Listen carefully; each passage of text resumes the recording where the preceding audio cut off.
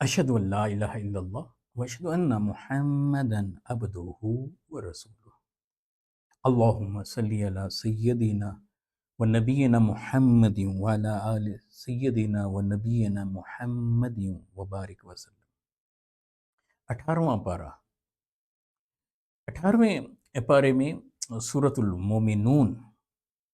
اور اس کے ساتھ سورہ نور یہ مکمل طور پر ہیں، اور سورۃ الفرقان کا ابتدائی حصہ بھی یہاں موجود ہے۔ سورہ المومنون سب سے پہلے کامیاب انسان کی صفات کو بیان کرتی ہے۔ قد افلح المومنون، یہاں سے آغاز ہو رہا ہے، یقیناً ایمان والے کامیاب ہو گئے۔ اس کا مطلب یہ ہے کہ کامیابی اگر محض دنیا کی ہے تو یہاں یہ چیز ویسے میٹر نہیں کرے گی، لیکن اگر کامیابی آپ دنیا اور آخرت دونوں کی مانگ رہے ہیں تو وہ ایمان پر میٹر کرتی ہے، اس کی بیس ایمان ہے۔ پہلی آیت میں یہ نقطہ سمجھا دیا گیا، اور یہاں سے بھرپور میسج یہ ملتا ہے کہ اگر دنیا کی زندگی کو اگر آپ اچھا گزارنا چاہتے ہیں تو اس پر تکیہ نہ کریں، یہ تو چھوٹی سی ہے، اینڈ لیس لائف تو آگے ہے نا آخرت کی۔ تو پھر کامیابی صرف محدود زندگی کی، دنیا کی زندگی کی مانگتے ہو یا آخرت کی بھی چاہتے ہو، تو دنیا اور آخرت دونوں کی کامیابی مقصود ہے، تو پھر ایمان ضروری ہے۔ لہٰذا سکسیسفل انسان وہ ہے جو ایمان والا ہے۔ ادروائز آپ کو مے بی دنیا کے اندر بہت سارے امور مل جائیں، بہت سارے عہدے مل جائیں، مناصب مل جائیں، آپ کی من پسند چیزیں مل جائیں، لیکن جیسے یہاں سے آنکھ بند ہو تو پھر آگے اس کے پاس کچھ بھی نہ رہے، کیونکہ اس کے پاس ایمان نہیں تھا۔ اگر ایمان ہے تو یہاں بھی پازیٹیوٹی آئے گی اور وہاں کے لیے بھی کامیابی کی گارنٹی دی جا رہی ہے۔ قد افلح المومنون۔ اب ایمان والوں کی صفات کو بیان کیا گیا کہ یہ کیسے لوگ ہیں۔ کہا کہ یہ نماز ادا کرتے ہیں، نمازوں میں خشوع و خضوع کرتے، نمازوں میں خشوع و خضوع، کمٹمنٹ پوری کرتے ہیں، وعدوں کی پاسداری کرتے ہیں، بے وفائی نہیں کرتے، وفا کرنے والے ہیں۔ اب ذرا دیکھیں ان کے حیا کے حوالے سے، ان کے اخلاق کے حوالے سے، اب اللہ سبحانہ و تعالیٰ یہاں معاملات کو بیان فرما رہے ہیں۔ پھر اسی طرح سے آگے ان کے صفات کو بیان کیا کہ زکوٰۃ کو ادا کرنے والے ہیں، زنا کے قریب پھٹکتے نہیں ہیں، زنا کے قریب تک نہیں جاتے، شرم گاہوں کی حفاظت کرنے والے، یعنی چن چن کر وہ موٹی موٹی باتیں جو ایک بندہ مومن میں ہونی چاہیے ان کو یہاں آغاز ہی میں بیان کر دیا گیا۔ اور پھر اس کے ساتھ ساتھ کریشن آف مین پر سٹیپ بائی سٹیپ قرآن مجید میں سورہ المومنون میں یہاں پر ذکر آیا ہے کہ انسان کی تخلیق کس طرح سے، علقہ، مدغہ، عظام، یہ سارے سٹیپ بیان کر کے سورۃ المومنون کے حوالے سے یہ اگر آپ دیکھیں تخلیق انسانی کے مراحل جس پر آج ماڈرن سائنس پہنچی ہے،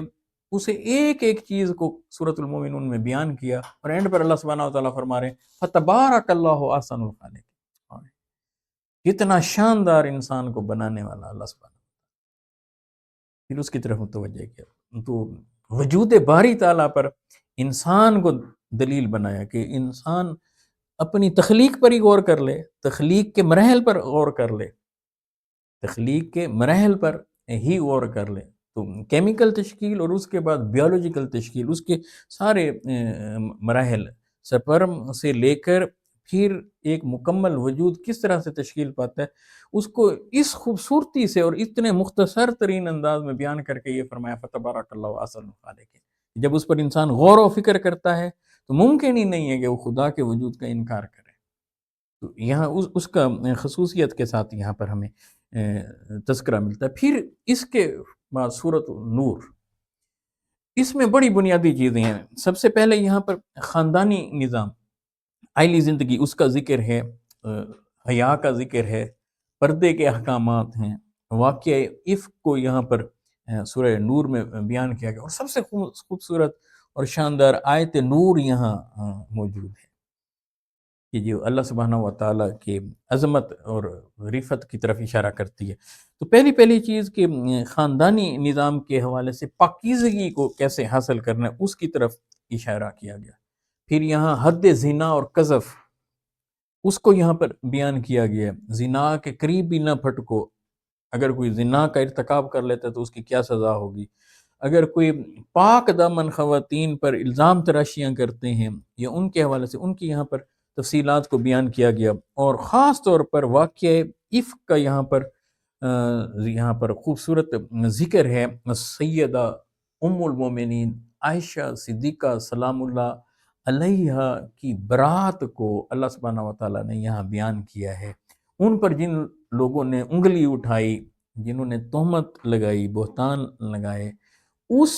کی صفائی اللہ سبحانہ و تعالیٰ یہاں دے رہے ہیں۔ یہاں سے پتہ چلتا ہے ام المومنین سیدہ عائشہ صدیقہ سلام اللہ علیہ کا کیا مقام و مرتبہ ہے، یعنی ان کی پاک دامنی کی گواہی اللہ سبحانہ و تعالیٰ دے رہے ہیں۔ اس سے سیدہ عائشہ صدیقہ سلام اللہ علیہ کی عظمت رفت کا اندازہ ہوتا ہے۔ جو رسول اللہ سے جو لوگ جڑے اور آقا علیہ السلام کے جو حرم میں آئے تو ان کا مقام اور مرتبہ بالخصوص سیدہ عائشہ صدیقہ سلام اللہ علیہ ام المومنین کے مقام و مرتبہ کی طرف یہاں پر اشارہ ہے۔ پھر اس کے بعد حجاب کے حوالے سے اور غض بصر کے حوالے سے یہاں پر گفتگو ہوئی۔ اب یہاں یہ نقطہ ذہن نشین رکھ لیجئے کہ یہ جو حجاب یا غض بصر کی یہاں بات ہوئی، پردے کے حوالے سے یہ جو بات یہاں پر ہوئی، تو غض بصر کہ اپنی نگاہوں کو جھکائے رکھیں، اس کا حکم مردوں اور عورتوں دونوں کے لیے۔ مطلب یہ ہے کہ نگاہ میں پاکیزگی کو لانا ہے، اور پھر پردے کے احکامات کو یہاں پر خوبصورتی کے ساتھ بیان کیا گیا۔ پھر استئذان کا یہاں پر ذکر ہے کہ جب گھروں میں داخل ہوں تو اجازت کیسے لینی ہے، ان کا یہاں پر ذکر ہوا، کون کون سے اوقات میں اپنے جانا ہے، کس طرح جانا ہے، ان کے اطوار سکھائے گئے، ان کی تربیت کی جا رہی ہے کہ کس طرح سے آپ نے کسی کے گھر میں داخل ہونا ہے، اجازت کیسے لینی ہے۔ پھر اللہ نور السماوات والارض، آیت نور، اس کا خوبصورت یہاں پر تذکرہ ہمیں نظر آتا ہے، ایک خوبصورت چراغ کا یہاں پر ذکر، اور پھر اس کے اندر اس کی تفصیلات، وہ چراغ کیسے روشن ہے اور اس کا بندہ مومن سے کیا تعلق ہے، اس کا یہاں پر ذکر کیا گیا۔ ایمانی، وجدانی اور عرفانی کیفیات آیت نور سے بندہ مومن کے اندر اترتی ہیں۔ سورۃ الفرقان پھر یہاں شروع ہوتی ہے اس بارے میں، اور اس کا آغاز یہاں ہو رہا ہے حق اور باطل کو فرق کر دینے کے حوالے سے، اور کفار نے جو بہت سے سوالات کیے ہوئے ان کے یہاں پر جوابات دیے گئے۔ سید عالم صلی اللہ علیہ وآلہ وسلم کے بارے میں وہ کہتے تھے انہیں تو ہم بازاروں میں چلتا پھرتا دیکھتے ہیں، تو یہ تو ہماری ہی طرح کی ہیں۔ یہ پوائنٹ آف ویو کفار کا ہے، اور اسی کے ساتھ یہ اشارتاً یہ بات بھی کر دی گئی، جس نے سید عالم صلی اللہ علیہ وآلہ وسلم کو تکا اور تک کر کے یہ کہا کہ ان کا بھی جسم ہے، ہمارا بھی جسم ہے، اور اپنی ذات پر کفار نے قیاس کیا تو وہ ڈوب گئے، ایمان سے محروم ہو گئے۔ یہ کافرانہ سوچ ہے،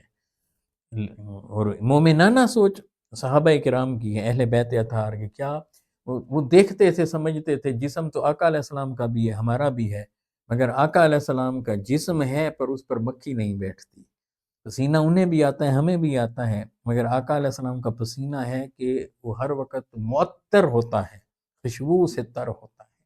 تو یہ دوسرا اینگل تھا، لیکن کفار کا یہاں بتایا کہ انہوں نے یہ اعتراض کیا، ہم تو یمشی فی الاسواق، آپ کو بازاروں میں چلتا پھرتا دیکھتے ہیں، کھانا کھاتا دیکھتے ہیں، تو اس سے انہوں نے اپنی ذات پر قیاس کرتے ہوئے آقا علیہ السلام کی رسالت اور ختم نبوت کا انکار کر دیا۔ اللہ سبحانہ و تعالیٰ قرآن مجید کو سمجھنے اور اس پر عمل کرنے کی توفیق عطا فرمائے۔